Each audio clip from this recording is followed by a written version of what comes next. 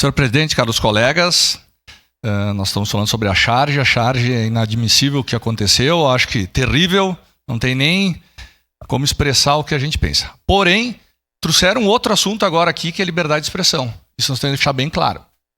Liberdade de expressão tem que ser garantida no Brasil. É importantíssima.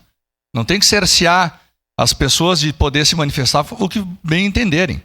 E outra coisa, existe no Código Penal, se alguém foi de alguma forma atingido, existe lei específica para a pessoa acionar no Código Penal. E acabou aí.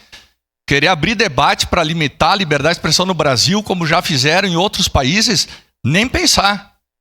Isso é a forma do povo poder se manifestar ainda. Vai lá na Coreia do Norte tentar falar, vai na China tentar falar, vai em países assim tentar falar para ver o que acontece. A única coisa que é a maior garantia que a gente tem é a liberdade de expressão.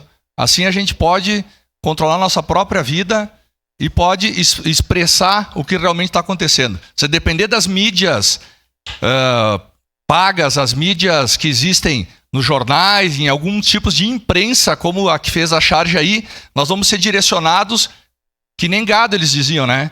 Tudo para o abate, tá? E é isso aí. E nós somos contra disso. Nós vamos lutar sempre pela liberdade de expressão aqui e onde for. A direita quer liberdade de expressão. Muito obrigado.